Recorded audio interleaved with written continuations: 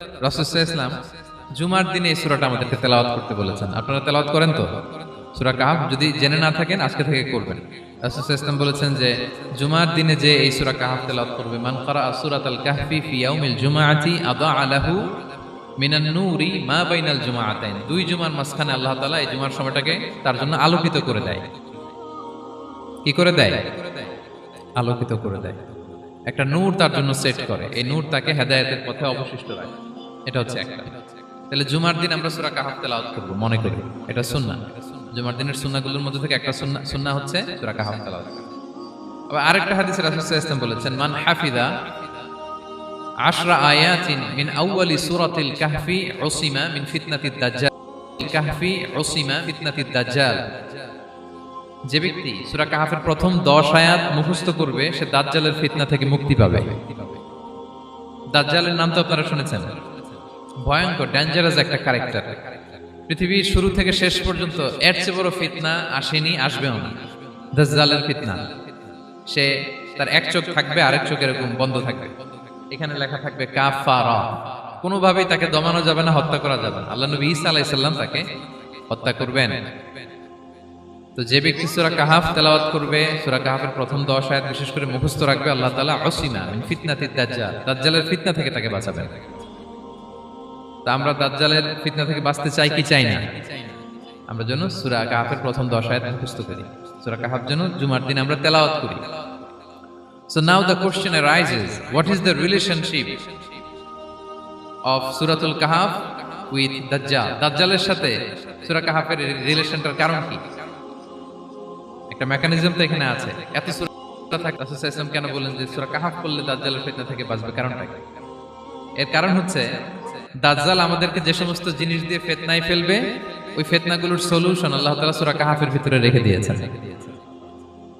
দাজ্জাল 4টা জিনিস দিয়ে আমাদেরকে ফিতনায় ফেলবে। ট্রায়াল অফ ফেথ, এক নাম্বার। ঈমানের পরীক্ষা সে আমাদেরকে ফেলবে, আমাদের বিশ্বাস নিয়ে ছিনিমিনি খেলবে সে। এটার সলিউশন আছে সূরা কাহফ, আমি বলবো আস্তে আস্তে। 2 নম্বরে দাজ্জাল আমাদেরকে ফিতনায় ফেলবে দ্য ট্রায়াল ওয়েলথ, সম্পদ দিয়ে সে আমাদেরকে ফিতনায় ফেলবে। 3 number the trial of knowledge, জ্ঞান দিয়ে সে আমাদেরকে ফিতনায় ফেলবে। 4 number the trial of power, ক্ষমতা, দ্য ট্রায়াল অফ পাওয়ার, ক্ষমতা দিয়ে সে আমাদেরকে ফিতনায় ফেলবে। দাজ্জাল 4টা জিনিস দিয়ে আমাদেরকে পরীক্ষায় ফেলবে। কয়টা?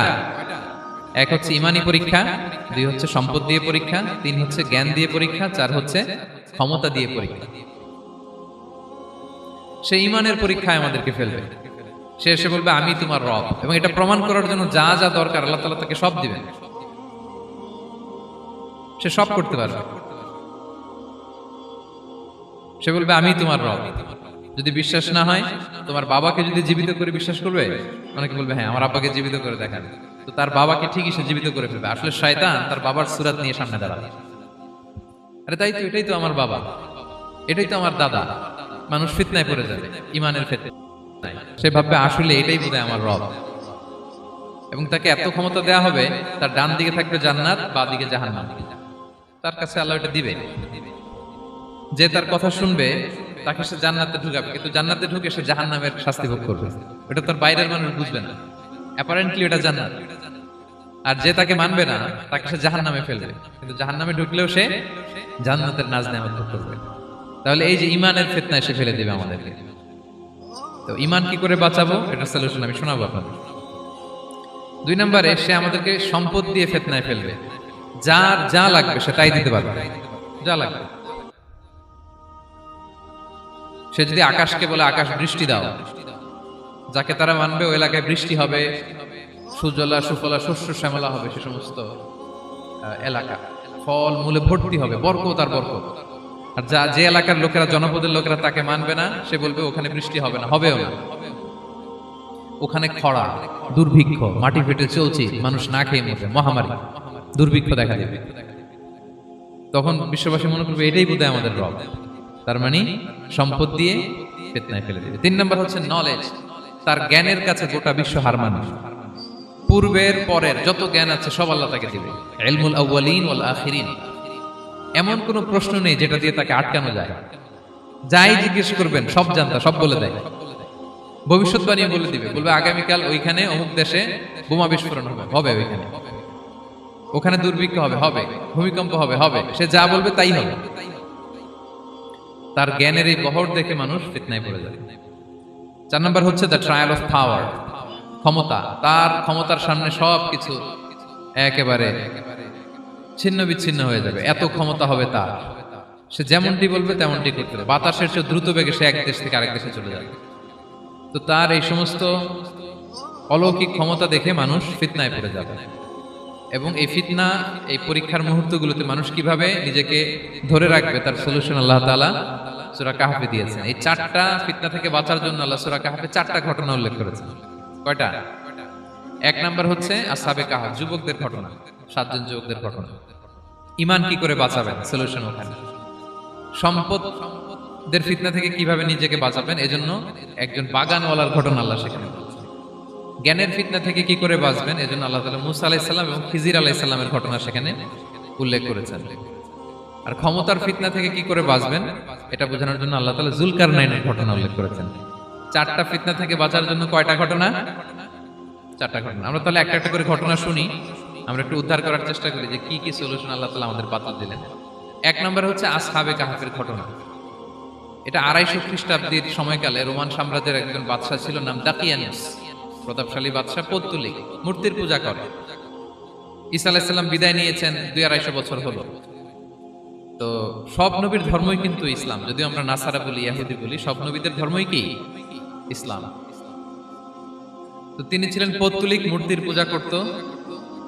আর তার এলাকায় কেউ যদি ঈসা আলাইহিস সালামের নাম নিত, আখিরাতে বিশ্বাস করত, আল্লাহ বিশ্বাস করত, তাদেরকে তারা পাথর মেরে হত্যা করত। এজন্য ভয়ে কেউ ঈসাই ধর্মে ঈমান আনত না, মানে ইসলামে ঈমান আনত না। এই রাজার ভয়ে সবাই মূর্তির পূজা করত। কিন্তু 7 জন যুবক ছিল, তারা স্রোতে গা ভাসিয়ে দেয়নি, স্রোতের বিপরীতে তারা ঈমান নিয়ে দাঁড়িয়েছে। তারা ঈসা আলাইহিস সালামের রেখে যাওয়া সত্য ধর্মের উপর ঈমান এনেছিল, আখিরাতে তারা বিশ্বাস করত। তো এই 7 জন যুবকের কথা ছড়াতে ছড়াতে রাজা দাকিয়ানুসের কাছে চলে যায়। উনি তো রেগে মেগে আগুন ডেকে পাঠালো 7 জনকে। তাদেরকে জিজ্ঞেস করলো, তোমরা কাকে মানো? বলতেছে এক আল্লাহকে মানি। সাহসী, খুবই সাহসী। বলতেছে তুমি কি জানো তোমরা কার সামনে কথা বলতেছো? আমি তো তোমাদেরকে মৃত্যুদণ্ড দিতে পারি। তারা বলে দেন, কিন্তু আমরা সব বিসর্জন দিলেও ঈমান বিসর্জন দিতে পারবো না। সুবহানাল্লাহ। তিনি বললেন, তোমরা যুবক মানুষ, রক্ত গরম, আবেগে কথা বলতেছো, 3 দিন সময় দিলাম, যাও। ঈসার নাম ভুলে যাও, আখিরাত ভুলে যাও, আল্লাহর নাম ভুলে যাও। 3 দিন পরে তোমাদেরকে আবার ইন্টারভিউ নেব। ওই দিন যদি একই কথা বলো, পাথর মেরে 7 জনকে দুনিয়া থেকে উড়িয়ে দেব। তারা চলে গেল। এবার 7 বন্ধু মিলে পরামর্শ করতে লাগলো, কি করতে পারি আমরা, এই গুণে ধরা সমাজকে আমরা কিভাবে বাঁচাবো, এই পৌত্তলিকতার ছোবল থেকে এই ইফসিস নগরীকে বাঁচাবো কি করে। নগরীটার নাম ছিল ইফসিস নগরী। বর্তমানে এটা তুরস্কের ইজমির শহরে অবস্থিত। এখনো জায়গাটা প্রত্নতাত্ত্বিকদের ইয়েতে এটা সংরক্ষিত, এখনো টুরিস্টরা যায়। তো তারা বলল, আমরা ঈমান বিসর্জন দিব না, যদি আমরা ওদের কথা মেনে নেই আমরা তো মুশরিক হয়ে গেলাম। চলো আমরা এক কাজ করি, আমরা এলাকা ছেড়ে দিই।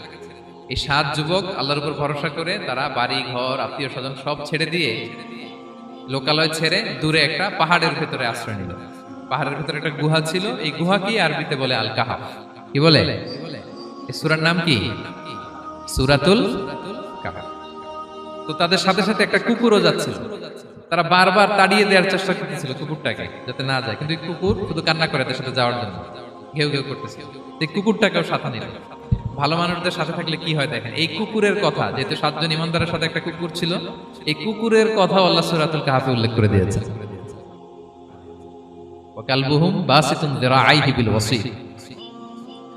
তো তারা ভিতরে গেল, যে প্রচন্ড ক্লান্ত, তারা ঘুমিয়ে পড়ল। কি করলো? এই এক ঘুমে আল্লাহ 309 বছর কাটায় দিলেন। কয়শো 9 বছর? 9 বছর ঘুম, সব ঘুম, প্রচন্ড ঘুম, ঘুম যেন আর কাটে না। 309 বছর পরে এরা জাগলো। এখন খুব ক্ষুধা, ঘুমে আর মোর ভাঙতেছে। আর একজন জিজ্ঞেস করতেছে, কি লম্বা সময় ঘুম দিলাম কোথায় আমরা? একজন বলতেছে, হ্যাঁ মনে সারাদিনই ঘুমাইছি আমরা। আরেকজন বলতেছে, না না সারাদিন না, দিনের কিছু অংশ হয়তো ঘুমাইছি। আসলে কয় বছর ঘুমাইছে? 309 বছর। তো এদিকে সভ্যতার তো চেঞ্জ, এখানে ওই দাকিয়ানুস মরে, এর ছেলে মরে, এর নাতি মরে, পুতি মরে, এখন 6ষ্ঠ নম্বর রাজা আসছে। প্রজন্মের পর প্রজন্ম তো শেষ, 309 বছরে কমপক্ষে 4-5টা জেনারেশন চেঞ্জ হবে। তো জেনারেশন চেঞ্জ হয়ে, এলাকা চেঞ্জ হয়ে, তারা যে স্বপ্ন দেখেছিল এই ইফসিস নগরীতে কালিমার পতাকা উঠবে, তাদের স্বপ্ন আল্লাহ বাস্তবায়ন করেছেন। 309 বছরের ব্যবধানে এই এলাকার সবাই মুসলিম হয়ে গেছে। আল্লাহ চাইছিলেন ওদেরকে দেখাবে এটা, যে স্বপ্নটা যে বাস্তবায়ন হয়েছে এটা দেখাবে।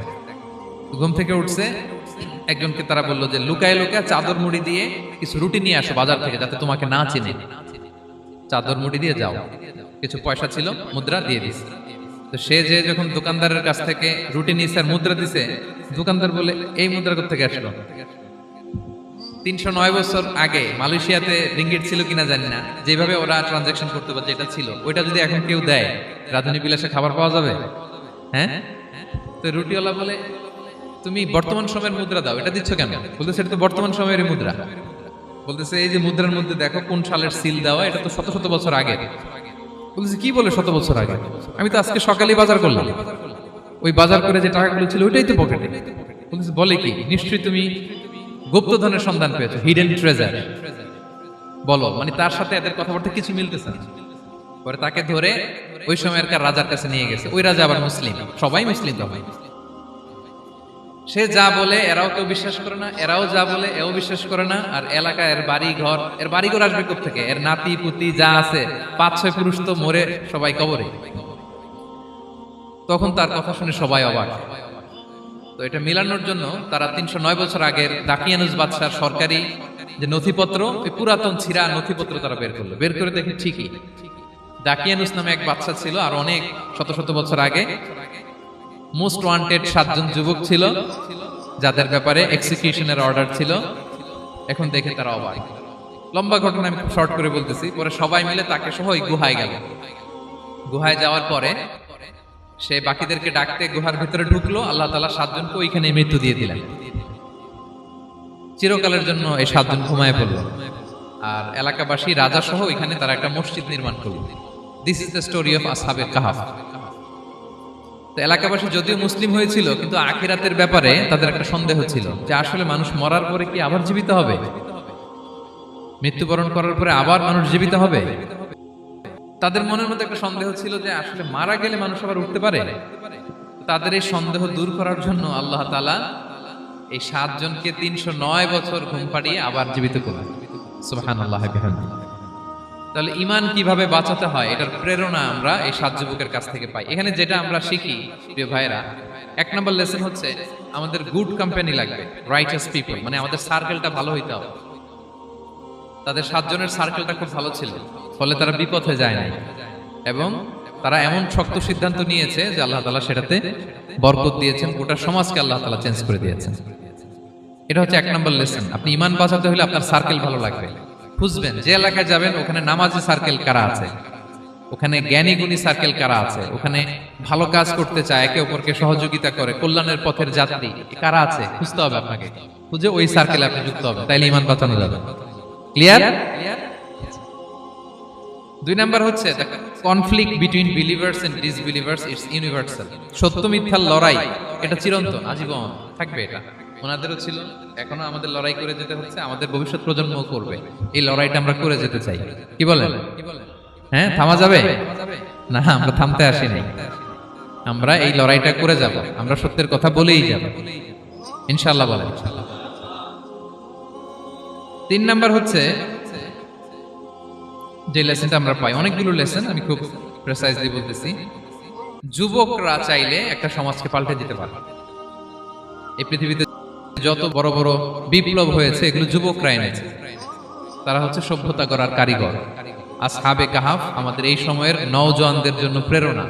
তারা আমাদের জন্য প্রেরণার বাতিঘর। তারা যেমনি ঈমানকে রক্ষা করেছে, আমাদের যুবকরা চাইলেও তাদের ঈমানি চেতনাতে স্পিরিট দিয়ে সমাজটাকে পাল্টে দিতে পারে। কি বলেন? এখানে বেশি তো যুবক। হ্যাঁ, গুড সার্কেলে থাকবেন তো আপনারা? সত্যের পক্ষে সবাই থাকবেন তো? আল্লাহ তাআলা কবুল করুন। আচ্ছা, এবার 2 নাম্বার ছিল সম্পদের ফিতনা, কিভাবে বাঁচবেন। আসহাবে কাহাফের পরে সূরা কাহাফে আল্লাহ তাআলা একজন বাগানওয়ালার ঘটনা বলেছে। 2 জন বন্ধু, একজন একটু গরিব, সে বিশ্বাসী, আরেকজন ধনী, সে অবিশ্বাসী। তাকে আল্লাহ তাআলা বিশাল বড় খেজুরের বাগান আর আঙ্গুরের বাগান দিয়েছেন, বিশাল বড়, অনেক বড় বিজনেস ম্যাগনেট। তো এই সম্পদের অহংকার সে করত। সে প্রায় তার গরিব বন্ধুকে বলতো যে তোর চেয়ে আমার সম্পদও বেশি, সন্তানও বেশি, জনবল বেশি, লোকবল বেশি, অর্থবল বেশি, সব বেশি। অহংকারে তার পা মাটিতে পড়তো না। আর সে আখিরাতে অবিশ্বাস করত এবং সে বলতো যে এই সম্পদ আমারে বাঁচাবে, চিরকাল আমাকে স্মরণীয় করে রাখবে, এই সম্পদ কোনোদিন যাবে না। অনেক বড় বড় ধনীরা আছে, তারা এরকম মনে করে যে আমি এত বড় সিআইপি, হ্যাঁ, আমি এত বড় বিজনেস ম্যাগনেট, এই দিন বোধহয় আর চেঞ্জ হতে পারে না, আমার আজীবনই বোধহয় এত পাওয়ার থাকবে, এত সম্পদ থাকবে। এটা ভুল ধারণা। এটা কি ভুল ধারণা? এই যে তুরস্কে দুর্ভিক্ষ হইল না, আপনারা দেখছেন না যে অনেক সম্পদের মালিক বাড়ি ঘর ভেঙে রাস্তার ফকির। এখন ওই যে রিফিউজিদের জন্য যে খাবার আসছে ওখানে লাইনে দাঁড়াইছে, কারণ এখন লাইনে না দাঁড়ালে খাবারও তো মিলবে না।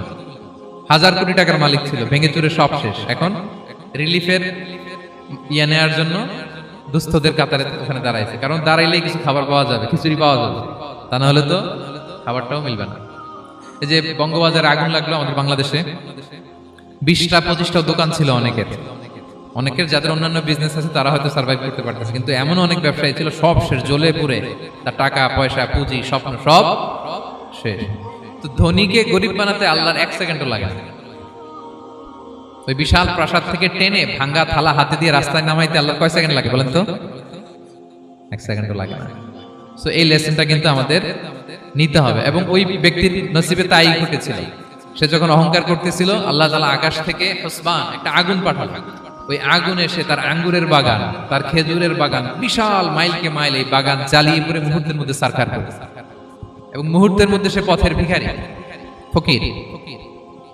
এই ঘটনাটা এনে আল্লাহ তাআলা সম্পদশালীদেরকে রিমাইন্ডার দিলেন যে এই সম্পদের ফিতনায় তোমরা পড়ে যেও না। আমরা সম্পদশালী হলে বাস্তবতা অনেক সময় ভুলে যাই। সূরাতুল হুমাজাতে আল্লাহ তাআলা বলেন ইয়াহসাবু আন্না মালাহু আখলাদা। সম্পদশালীরা মনে করে এই সম্পদ আমাকে চিরকাল বাঁচিয়ে রাখবে, চিরকাল বোধহয় এই সম্পদ আমার হাতে থাকবে। না, এটা হাতের ময়লা, আজ আছে কাল নাই, যে কোনো সময় চলে যেতে পারে। এটা হচ্ছে ম্যাটেরিয়ালিস্টিক আউটলুক, বস্তুবাদী চিন্তা থেকে এই আমাদের ধনী ভাইদের এই সমস্যাটা হয়। ভোগবাদী চিন্তার প্রভাব আর কি। সম্পদ যখন হাতে থাকে ধরাকে সরাজ্ঞান করে, মনে করে যে সবই আমার কন্ট্রোলে। না, আপনারে ওই গরিবের কাতারে আনতে, ওই রিলিফের সম্পদ নেয়ার জন্য ওই লাইনে দাঁড় করাইতে আল্লাহর 1 সেকেন্ডও লাগে না। এটা খেয়াল রাখতে হবে। আমরা যখন প্রাইভেট কারে চড়ি, মাঝে মাঝে অনেকে এসে হাত পাতে, এদেরকে ছোট করা যাবে না। গল্পটা আল্লাহ ভিন্ন করতে আল্লাহর 1 সেকেন্ডও লাগে না। ওইদিকে আমি দাঁড়ায় হাত পাততাম আর উনি প্রাইভেট কারে বসে থাকতো। আল্লাহ চাইলে এরকম করতে পারতেন না? পারতেন। তো এখান থেকে আমাদের জন্য শিক্ষা হচ্ছে সম্পদ এটা ক্ষণস্থায়ী, আজ আছে কাল নাই। এটা ক্ষণস্থায়ী, এটাকে এভারলাস্টিং মনে করা যাবে না। এভারলাস্টিং হচ্ছে আখিরাত। ওয়ালাল আখিরাতু খায়রুল লাকা মিনাল উলা। আখিরাত তোমার জন্য দুনিয়ার চেয়ে শ্রেষ্ঠ। এবং আল্লাহ তাআলা দৃষ্টান্ত একটা দিয়েছেন যে দুনিয়ার জীবনটা হচ্ছে কামা, ওই পানির মতো, যেটা আনজালনাহু মিনাস সামা, আকাশ থেকে নাজিল করেছি। ওই পানি ক্ষেতের মধ্যে পড়ে ফসল, ফুল ফসল হয়েছে। এরপরে যখন ফসল কাটা হয়, ওই ক্ষেত খামার এগুলো তৃণলতা হয়ে যায়, ভুসির মতো হয়ে যায়। তখন বাতাসের ঝাপটায় একবার এদিকে যায়, একবার ওদিকে যায়। অনেক লম্বা উপমা, আমি সংক্ষেপে বললাম। তো শেষ আউটপুটটা হচ্ছে এটা, সম্পদ এটা মুহূর্তেই চলে যেতে পারে। সম্পদ উপার্জন জায়েজ আছে, মুসলিমরা সম্পদ উপার্জন করতে পারবে, কোনো অসুবিধা নাই। আপনি যদি ধনী হন এটা ভালো, ফলে আপনি যাকাত দিতে পারবেন, অসহায় দুস্থদের সহায়তা করতে পারবেন, কন্ট্রিবিউট করতে পারবেন। আপনি সম্পদ হাতের মুঠোয় নেবেন, কন্ট্রোল করবেন, কিন্তু এই দিকে স্থান দিবেন না। দ্যাটস ইট, তাহলেই হবে। আমরা সম্পদ কি করতে পারবো? উপার্জন করতে পারবো, কিন্তু হৃদয়ে স্থান দিতে পারবো না। হৃদয়ে স্থান থাকবে আখিরাতে। এই মাইন্ডসেট যদি আপনি গড়ে তোলেন, তাহলে সম্পদের ফিতনা আপনি কখনো করবেন না। এই পয়েন্টটা কি ক্লিয়ার সবার? ক্লিয়ার। 3 নাম্বার ফিতনা ছিল কিসের ফিতনা দেখি কে বলতে পারে? প্রথমটা হচ্ছে বিশ্বাস বা ঈমানের ফিতনা, 2 নাম্বার হচ্ছে সম্পদের ফিতনা, 3 নাম্বার জ্ঞানের ফিতনা। জ্ঞানেরও কিন্তু ইলমেরও একটা গরম আছে।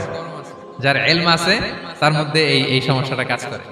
সেটার জন্য আল্লাহ তাআলা মুসা আলাইহিস সালাম, খিজির আলাইহিস সালামের ঘটনা বলেন। আমি খুব সংক্ষেপে বলবো, সময় কম। মুসা আলাইহিস সালাম হচ্ছে বনি ইসরাইলের নবী, আর খিজির আলাইহিস সালাম কেউ বলেছেন নবী, কেউ বলেছেন আল্লাহর ওলি। আসলে আরবিতে ওনার নাম খদির, আমরা বাংলায় বলি খিজির। খদির মানে সবুজ, উনি যে কোনো জায়গায় বসলে ওখানে মরা গাছ লতা পাতা এগুলো সবুজ হয়ে যেত, অনুর্বর এলাকার উপর দিয়ে হেঁটে গেলে ওটা উর্বর হয়ে যেত। তো মুসা আলাইহিস সালাম একবার ওয়াজ করতেছেন এইভাবে বনি ইসরাইলের সামনে, খুতবা দিচ্ছেন। হঠাৎ এক লোক দাঁড়ায় বলে, ইয়া নবী আল্লাহ, মান আ'লামু ফিল আরদ, বর্তমান পৃথিবীতে সবচেয়ে জ্ঞানী কে? মুসা আলাইহিস সালাম বলেন, ফাকালা আনা, আমি। কি বললেন? উনি আসলে ভুল কিছু বলেন নাই, কারণ প্রত্যেক জামানার নবীকেই আল্লাহ তাআলা সবচেয়ে বেশি জ্ঞান দিয়ে পাঠান, কারণ তার কাছে ওহীর জ্ঞান আসে, অদৃশ্যের খবর আসে, ইলমুল গায়ব আসে। কিন্তু এই উত্তরটা আল্লাহ তাআলার পছন্দ হয়নি। আল্লাহ তাআলা চাচ্ছিলেন মুসা যদি বলতো আল্লাহ তাআলাই জানে কে জ্ঞানী বা আল্লাহই সবচেয়ে জ্ঞানী, এরকম হলে ভালো হতো। কিন্তু মুসা আলাইহিস সালাম কি বলছে? আমি। একজন প্রশ্ন করলো সবচেয়ে বড় জ্ঞানী কে? উনি কি বললেন? আমি। এই যে আমি এটাতে ঝামেলা আছে। আমি বড়, আমি জানি, আমি সব, দিস ইজ প্রবলেমেটিক। আল্লাহ এটা পছন্দ করলেন না। আল্লাহ তাআলা মুসা আলাইহিস সালামকে বললেন, মুসা তুমি যে বলছো তুমি জ্ঞানী, না তুমি জ্ঞানী না, তোমার চেয়ে বড় জ্ঞানী আছে। মুসা আলাইহিস সালাম বলে, তাই নাকি? আমার চেয়ে বড় জ্ঞানী কে? তো আল্লাহ তাআলা বললেন, ইযহাব ইলা মাজমাইল বাহরাইন, দুই সাগর বা দুই নদীর মিলনস্থলে যাও, মানে আমার এক বান্দা আছে তোমার চেয়েও জ্ঞানী। মুসা আলাইহিস সালাম বললেন, তাই নাকি? তো আল্লাহ, আমি কিভাবে চিনি উনি কোথায় থাকে, কিভাবে বুঝবো? আল্লাহ বললেন, একটা বড় মাছ নাও, এটাকে ফ্রাই করো, এটাকে ফ্রাই করে একটা ঝুড়ির ভেতরে নাও, যেখানে এই মাছটা সাগরে ঢুকে যাবে ওখানে আমার বান্দাকে পাবে। তো উনি ওনার সহযোগী ইউশা ইবনে নুনকে নিয়ে হাঁটতে লাগলেন। হাঁটতে হাঁটতে এক জায়গায় ক্লান্ত হয়ে পাথরের পাশে বিশ্রাম নিলেন। ওই পাথর থেকে আবার এক ধরনের পানি বের হয়, এই পানিটারে বলে আবে হায়াতের পানি, মা উল হায়াত, জীবন নদীর পানি। এই পানি কোনো মৃত প্রাণী বা বস্তুর গায়ে লাগলে ওটা জীবিত হয়ে যায়। তো ওনারা পাথরে হেলান দিয়ে বিশ্রাম নিচ্ছিলেন, ওই পানি ওই ফ্রাই করা মাছের গায়ে লাগার সাথে সাথে মাছ জীবিত হয়ে ঝুড়ি থেকে বের হয়ে সাগরে ঢুকে গেছে। ওনারা আর খেয়াল করেন না। এরপর আবার হাঁটতে লাগলেন। হাঁটতে হাঁটতে যখন ক্লান্ত শ্রান্ত, তখন বলে, এই ইউশা, আমাদের ওই মাছ ফ্রাই মাছটা দাও, এখন খাই। ঝুড়ি খুলে দেখে মাছ নাই। মাছ গেল কোথায়? তখন ইউশা বলল, হয়তো আমরা যে পাথরের ওখানে বিশ্রাম নিয়েছিলাম ওখানে আমরা মিসিং, ওখানে হারাই ফেলছি।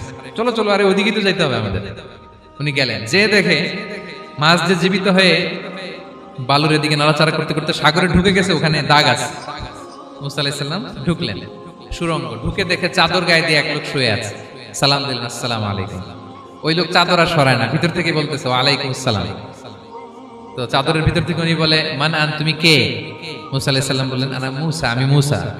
উনি বলেন, মুসা বনি ইসরাইল, বনি ইসরাইলের মুসা? বললেন, হ্যাঁ।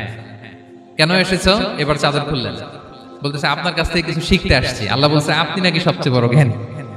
আমি ভুল করে বলে ফেলছিলাম আমি, আল্লাহ বলছেন যে আপনি নাকি জ্ঞানী। বলতেছে, না, তুমি আমার জ্ঞান নিতে পারবে না, ওই ধৈর্য শক্তি তোমার নাই। মুসা আলাইহিস সালাম বললেন যে আপনি যে কোনো শর্তে আমাকে একটু রাখেন কয়েকদিন আপনার সাথে, আমি রাজি। বললেন, না তুমি পারবে না। মুসা আলাইহিস সালাম জোর করতে বললেন, না তুমি পারবে না। মুসা আলাইহিস সালাম জোর করতে লাগলেন। অবশেষে খিদির আলাইহিস সালাম রাজি হলেন। বললেন, শর্ত হচ্ছে আমি যাই করি আর না করি আমাকে কোনো প্রশ্ন করা যাবে না। মুসা আলাইহিস সালাম বললেন, ওকে। সফর শুরু হলো। সামনে নদী, এক লোক তাদের নৌকা দিয়ে নদী পার করাই দিল। নদী পারাপারের পর খিজির আলাইহিস সালাম লাঠি দিয়ে নৌকার তলাটা ছিদ্র করে দিলেন। মুসা আলাইহিস সালাম বললেন, ইন্না লিল্লাহি, এটা আপনি কি করলেন? ওরা আমাদেরকে নদী পার করে দিল, আর যে ভাড়াটা আসছিল এটাও নিল না, আমাদেরকে সম্মান দেখালো, আপনি নৌকা ছিদ্র করে দিলেন। খিজির আলাইহিস সালাম বলছে, এই যে আমি বলছিলাম তুমি ধৈর্য ধারণ করতে পারবে না, যাও তোমার রাস্তায়, তুমি আমার রাস্তায় নেই। মুসা আলাইহিস সালাম আবার ক্ষমা চাচ্ছেন যে আপনি আমার ক্ষমা করেন, আমি তো ভুলে গেছি, আর প্রশ্ন করবেন না। চলতে লাগলেন। হঠাৎ বাচ্চারা খেলতেছে, এক বাচ্চাকে ধরে হত্যা করলেন খিজির আলাইহিস সালাম। এবার তো মুসা আলাইহিস সালাম রেগে গেছে, আপনি করলেনটা কি? নিষ্পাপ ফুলের মতো শিশুকে হত্যা করলেন। খিজির আলাইহিস সালাম বলে, এই যে আমি জানতাম যে তুমি ধৈর্য ধারণ করতে পারবে না, তোমার রাস্তা এক, আমার রাস্তা এক, যাও। এবার মুসা আলাইহিস সালাম করজোর করতেছে যে this is the last chance, একটা ফাইনাল চান্স দেন, একটা সুযোগ দেন, আর আমি প্রশ্ন করব, এটাই লাস্ট। বলেন, ওকে ঠিক আছে। হাঁটতে হাঁটতে এক ইহুদি বসতির সামনে যে হাজির, দুজনই খুব ক্ষুধার্ত, খাবার চাইলো, এরা আবার কৃপণ, খাবার দিল না।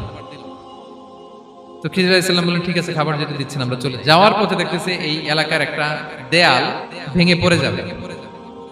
উনি বললেন, মুসা চলো এটা ঠিক করে দেই।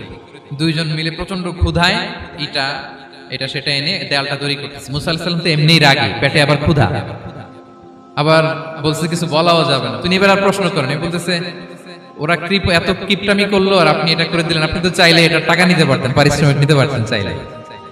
এই কথা বলার পর খিজির আলাইহিস সালাম বললেন, হাযা ফিরাকু বাইনি ওয়া বাইনি, এই এখানেই তোমার আর আমার সেপারেশন,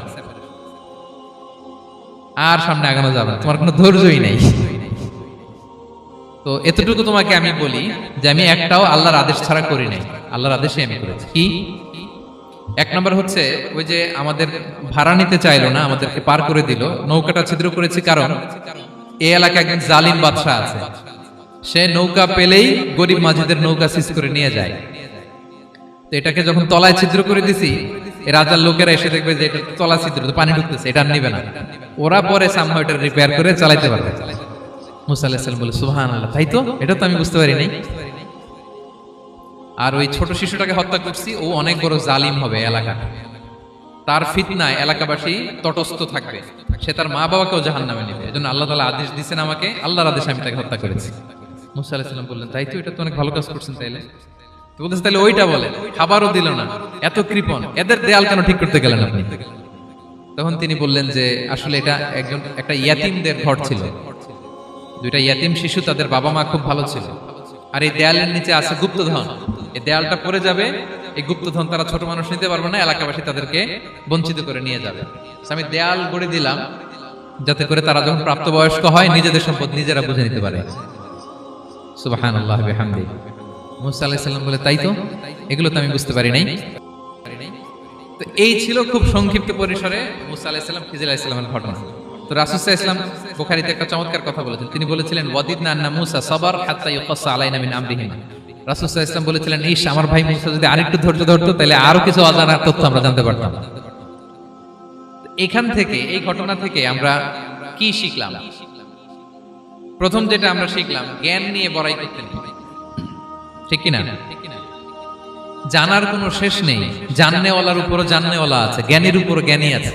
আপনি কিছু জেনেই মনে করবেন না আমি সব জানি, আপনার চাইতে বেশি জ্ঞানী অনেকে আছে। অনেক সময় বক্তার চাইতে শ্রোতারা অনেক জ্ঞানী, হয়তো এখানে এমন অনেক জ্ঞানী লোক আছে যার ধারে কাছেও আমরা কেউ নেই, হতে পারে। সো আমি সব জানি, এটা ভুল, এটা শয়তান বলে। এটা কে বলে? শয়তান বলে। আবু নাওয়াস একটা কবিতা লিখেছেন, ওয়াকুল লিমান ইয়াদদাঈ ফিল ইলমি ফালসাফাতান হাবাসতা শাইআন ওয়া গাবাত আনকা আশিয়াউ। কেউ যদি বলে আমি সব জানি, তুমি তাকে বৃদ্ধাঙ্গুলি দেখিয়ে বলো আপনি কিছুই জানেন না, আপনি অল্প কিছু জেনেছেন, জানার এখনো অনেক বাকি। তাহলে মুসা আলাইহিস সালামের এই ঘটনা জিজ্ঞেস করা হলো, কে জ্ঞানী? উনি বললেন, আমি জ্ঞানী। এরকম কি আমরা কখনো বলবো? না। সবচাইতে বড় জ্ঞানী কে? ওয়া ফাওকা কুল্লি যী ইলমিন আলিম। সবচাইতে বড় জ্ঞানী আল্লাহ তাআলা। সো জ্ঞান নিয়ে আমরা অহংকার করব না। দুই নম্বর যে শিক্ষাটা আমরা পাই, ওই যে নৌকা দিয়ে পারাপার হচ্ছিল, তখন একটা চড়ুই পাখি এসে সাগরের মধ্যে মুখ দিয়েছে। তো খিজির আলাইহিস সালাম বললেন, মুসা, তুমি কি চড়ুই পাখিটা দেখতে পাচ্ছ? হ্যাঁ, দেখতে পাচ্ছি। চড়ুই পাখিটা যে সাগরে মুখ দিয়ে দেখতে পাচ্ছ? হ্যাঁ, দেখতে পাচ্ছি। তখন খিজির আলাইহিস সালাম বললেন, চড়ুই পাখিটা সাগরে মুখ দিয়ে পানি খাওয়ার পরে চড়ুই পাখির ঠোঁটে বা চঞ্চুতে যতটুকু পানি লেগে আছে, এই পানিটা হচ্ছে তোমার, আমার এবং মহাবিশ্বের আমাদের সকলের জ্ঞান। আর এই মহাসাগরের সকল পানি হচ্ছে আল্লাহ তাআলার জ্ঞান। আল্লাহ তাআলা বলেছেন, ওমা উতিতু মিনাল ইলমি ইল্লা কালিলা। আমি তোমাদেরকে একেবারে অল্প জ্ঞান দিয়েছি, একেবারে অল্প। এই রহস্যে ঘেরা এই মহাবিশ্বের অনেক কিছু আমাদের অজানা, প্রিয় ভাইরা, আমরা অনেক কিছু জানি না, আমাদের এই লিমিটেড নলেজে এগুলো ধরে না, তারপর আমরা জ্ঞানের বড়াই করি। আপনারা উপমাটা বুঝতে পারছেন? একটা নৌকা থেকে চড়ুই পাখি ঠোঁট দিয়ে পানি খাচ্ছে, পানি খাওয়ার পরে স্বভাবতই চড়ুই পাখির ঠোঁটে একটু পানি তো লাগবে। খিজির বললেন যে এই পানিটা হচ্ছে তোমার আমার পৃথিবীর সবার জ্ঞান, আর এই সাগরের বাকি পানিগুলো কার জ্ঞান? এবার বুঝতে পারছেন আল্লাহ তাআলার জ্ঞানের পরিধি। আমরা জ্ঞান নিয়ে যেন কখনো কি না করি, বড়াই না করি। জ্ঞান দুই ধরনের, একটা বাহ্যিক জ্ঞান, একটা অন্তর্নিহিত জ্ঞান। External knowledge, internal knowledge. আমরা যখন কোরআন হাদিস পড়ি আমাদের বাহ্যিক জ্ঞান অর্জন হয়। কোরআন হাদিস পড়লেই আপনি জ্ঞানী হয়ে যান। এটা কোরআন হাদিস পড়তে হয়, এটা ডাইজেস্ট করতে হয়, এটার উপর আমল করতে হয়। এই জ্ঞান অর্জন শেষে এরপরে আল্লাহর প্রিয় বান্দাদেরকে আল্লাহ অন্তরে ইলমের নূর দেন, ইলহাম দেন। That is the knowledge, that is the pure knowledge. আপনি হাফেজে কোরআন হয়ে ভাবেন না আপনি সব জানেন, আপনি বুখারী মুখস্থ করে ভাবেন না সব জানেন। এই সব জ্ঞান অর্জন করার পরে ইলমের নূর হাসিল হয়, সেটা আল্লাহ সবারে দেয় না। সো এই অন্তর্নিহিত জ্ঞান, দূরদৃষ্টি, farsightedness, that is the pure knowledge. এটার জন্য বছরের পর বছর, যুগের পর যুগ সাধনা করতে হয়। সেটার জন্য এই জ্ঞান অর্জনের জন্য তিনটা জিনিস করতে হয় ইলমের নূর অর্জনের জন্য। কয়টা? এক হচ্ছে বিনয়, দুই হচ্ছে সফর, তিন হচ্ছে সবর। আবার বলি, এক হচ্ছে বিনয়, দুই হচ্ছে সফর, তিন হচ্ছে সবর। আল্লাহ তাআলা আল্লাহর নবীকে তাওরাত দেওয়ার পরেও আরো ট্রেনিং সেশন করাইছেন খিজির আলাইহিস সালামের কাছে, যে যাও ওনার কাছে গেলে তুমি ছোট হবা, নত হবা। জ্ঞান যদি আমি নিতে চাই আমাকে ছোট হইতে হবে। ধরেন একটা গ্লাস থেকে একটা খালি গ্লাসে পানি ঢালবো, তো যেটাতে নেওয়া হবে এটা উপরে থাকলে হবে? যে গ্লাসটার মধ্যে পানি আছে এটা উপরে থাকবে, ওইটা ব্ল্যাঙ্ক গ্লাসের মধ্যে পড়বে। আপনি নলেজ ইলম নিতে চাইলে আপনাকে নিচে থাকতে হবে, উনি উপরে থাকবেন। আপনার শায়েখ আপনাকে দিবে, আপনার উস্তাদ আপনাকে দিবে, আপনার মুর্শিদ আপনাকে দিবে। বুঝতে পেরেছেন? তাহলে আমাদেরকে হাম্বলনেস লাগবে, শিখতে হইলে হাম্বল হইতে হয়, বিনয়ী হইতে হয়। আচ্ছা, 2 নাম্বার সফর করতে হয়। এটা আল্লাহ মুসা আলাইহিস সালামকে দিয়ে করাইছেন, যাও পিছে পিছে উস্তাদের পিছে পিছে ঘুরো। তো এজন্য সফর করতে হয়। এখন ঘরে বসে অনেক কিছু জানা গেল, উস্তাদের সান্নিধ্য লাগে, সফর করতে হয়। আমাদের ক্লাসিক আলেমরা হাদিস কালেকশনের জন্য শহরকে শহর সফর করতেন। এখন আমাদের আলেমরা দেওবন্দে যায়, মিশরে যায়, মদিনায় যায়, এখানকার মালয়েশিয়ান স্টুডেন্ট এসে বিদেশে যে নলেজ অর্জন করে। সফর আপনাকে লাগবে। তাহলে বিনয়, সফর, 3 নম্বরে কি সবর। ধৈর্যশীল হইতে হবে। দেখেন মুসা আলাইহিস সালাম বারবার ধৈর্যশীল হইতে হবে। দেখেন মুসা আলাইহিস সালাম বারবার প্রশ্ন করে ফেলতেছেন, বারবার ওয়াদা ভঙ্গ করতেছেন। এরকম করলে হবে না, ধৈর্য লাগবে। ধৈর্যের বলে বলিয়ান হলে তখনই আপনার মধ্যে ইলম আসবে। তাহলে জ্ঞানের ফিতনায় পড়ার আর আমাদের কোনো সম্ভাবনা আছে? আমরা বিনয়ী হব, আমরা জ্ঞান আল্লাহর দিকে ফিরাই দেব, আমরা বলবো উনি সবচেয়ে ভালো জানেন। পারা যাবে তো ইনশাআল্লাহ? আচ্ছা, আমি একেবারে শেষ পর্যায়ে চলে আসছি, 2 মিনিটের মধ্যে শেষ করে দিচ্ছি। 3 নাম্বার ছিল কিসের ফিতনা? 4 নাম্বার ক্ষমতার ফিতনা। এই ফিতনা থেকে বাঁচার জন্য সর্বশেষ আল্লাহ তাআলা যুলকারনাইনের ঘটনা বলেছেন। অনেক বড় বাদশা ছিলেন, পৃথিবীতে 4 জন বাদশা গোটা বিশ্ব শাসন করেছেন। 2 জন কাফির, 2 জন মুমিন। কাফির একজন হচ্ছে নমরুদ, যিনি ইব্রাহিম আলাইহিস সালামকে আগুনে ফেলেছিলেন। আরেকজন হচ্ছে বখতে নাসার, যাকে ইংরেজিতে বলে নেবুচারনেজার দ্য সেকেন্ড, দ্বিতীয় নেবুচারনেজার। তারা কোনো নির্দিষ্ট এরিয়ার বাউন্ডারির বাদশা না, গোটা বিশ্বের বাদশা ছিলেন। এই 2 জন কাফির। আর 2 জন বাদশা ছিলেন গোটা বিশ্বকে শাসন করেছেন, তারা ছিলেন মুমিন। একজন হচ্ছে সুলাইমান আলাইহিস সালাম, আল্লাহর নবী। আরেকজন হচ্ছে যুলকারনাইন, গোটা বিশ্ব শাসন করেছেন, প্রাচ্য থেকে পাশ্চাত্য সব জায়গায় তিনি গিয়েছেন, ইসলামের বাণী প্রচার করেছেন, জালিমদেরকে শায়েস্তা করেছেন। তো এরকম দিক বিদিক তিনি জয় করতেছিলেন। অনেকে যুলকারনাইনকে আলেকজান্ডার দ্য গ্রেটের সাথে গুলিয়ে ফেলে না। ম্যাসিডোনিয়াতে যে আলেকজান্ডার দ্য গ্রেট ছিল, উনি আর যুলকারনাইন এক নন। যুলকারনাইন হচ্ছে আল্লাহ তাআলার প্রিয় একজন বান্দা, অনেক বড় সাহসী বীর পুরুষ ছিলেন, গোটা বিশ্বে ইসলাম প্রচার করেছেন। করতে করতে করতে করতে অনেক বড় ঘটনা, আমি সব শেষের ঘটনাটা বলি। উনি জর্জিয়া, বর্তমান যে জর্জিয়ার তিবলিসি এরিয়া, এখানে এসে একটা এলাকার সন্ধান পেলেন, যারা ওনাকে এসে বলল যে এখানে একটা জঙ্গলি গ্রুপ আছে যাদের নাম ইয়াজুজ মাজুজ, তারা এসে আমাদের উপর হামলা করে। হে যুলকারনাইন, আমরা আপনাকে ট্যাক্স কালেক্ট করে দিচ্ছি, আপনি তাদের মাঝে আর আমাদের মাঝে একটা প্রাচীর তৈরি করে দেন। আপনারা ইয়াজুজ মাজুজের নাম শুনেছেন না? ইংরেজিতে বলে গগ ম্যাগগ। নূহ আলাইহিস সালামের 4 সন্তান ছিল, হাম, সাম, ইয়াফাস, কানাআন। এই ইয়াফাসের বংশধর হচ্ছে ইয়াজুজ মাজুজ, জঙ্গলি, হাজার হাজার শুধু বংশ বিস্তার করে। তারা এসে লোকালয়ে মানুষের উপর আক্রমণ করে, তাদের গবাদি পশু এগুলো ছিনিয়ে নেয়, ফলমূল খেয়ে ফেলে। তো যুলকারনাইন বাদশার কাছে যখন বিচার দেওয়া হলো, উনি বললেন ঠিক আছে, তোমাদের ট্যাক্স দেয়া লাগবে না, তোমরা শারীরিক পরিশ্রম করে আমাকে সাহায্য করো। তো উনি বর্তমানে হচ্ছে এক পাশে কৃষ্ণ সাগর, ব্ল্যাক সি, আরেক দিকে কাস্পিয়ান হ্রদ বা কাস্পিয়ান সাগর, এর মাঝখানে 1200 কিলোমিটার লম্বা মাউন্টেন রেঞ্জ, পাহাড়ি এরিয়া। আপনারা গুগলে দেখবেন। এইখানে 2 পাহাড়ের মাঝখানে ফাঁকা জায়গায় তিনি বড় বড় লোহার পাত প্রথিত করলেন, গেড়ে দিলেন। এরপরে তামা, সীসা গালিয়ে বিশাল একটা ওয়াল তৈরি করলেন। এটা যুলকারনাইন উনার বানানো ওয়াল বা ড্যাম, প্রাচীর। এখন আর ইয়াজুজ মাজুজ আসতে পারে না, ওরা আর আসতে পারে না। ওরা প্রতিদিন এটা ভাঙার চেষ্টা করে, কিন্তু ভাঙতে ভাঙতে আরেকটু ভাঙলেই ভেঙে যাবে। ওরা বলে আগামীকাল ভেঙে ফেলবে, ইনশাল্লাহ বলতে ভুলে যায়। এজন্য এরপরের দিন এসে দেখে আবার এটা আগের মতো হয়ে আসছে। কিয়ামতের আগ দিয়ে ওদের মধ্যে এই ইনশাআল্লাহর প্রেরণা আসবে। তাদের একজন বলে উঠবে, আগামীকাল ইনশাআল্লাহ আমরা এটা ভেঙে খান খান করে দেব, ঠিকই ভেঙে ফেলবে।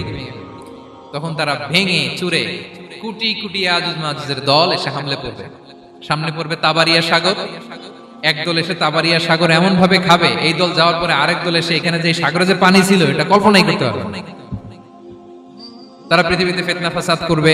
ঈসা আলাইহিস সালাম তখন আসবেন, দোয়া করবে আল্লাহ তাআলার কাছে মুমিনরা, একটা মহামারী দিবে আল্লাহ তাআলা, ইয়াজুজ মাজুজের মধ্যে ওরা মরে যাবে সব। এরপর বিশাল এক পাখি এসে তাদেরকে আল্লাহর মর্জি মাফিক এমন এক জায়গায় ফেলে আসবে, জানবে না। তো তারা যে পচে গলে মাটির সাথে মিশেছিল, এই গলিত লাশ থেকে মাটি খুব উর্বর হয়ে যাবে। এরপর আল্লাহ তাআলা পৃথিবীর মধ্যে বারাকা দিবেন। কিছু রোপণ করলে তাড়াতাড়ি ফুলে ফেপে বড় বড় ফলমূল হচ্ছে। তো এটা কিয়ামতের আলামতের অন্য কোনো আলোচনায় হয়তো আমরা বলবো।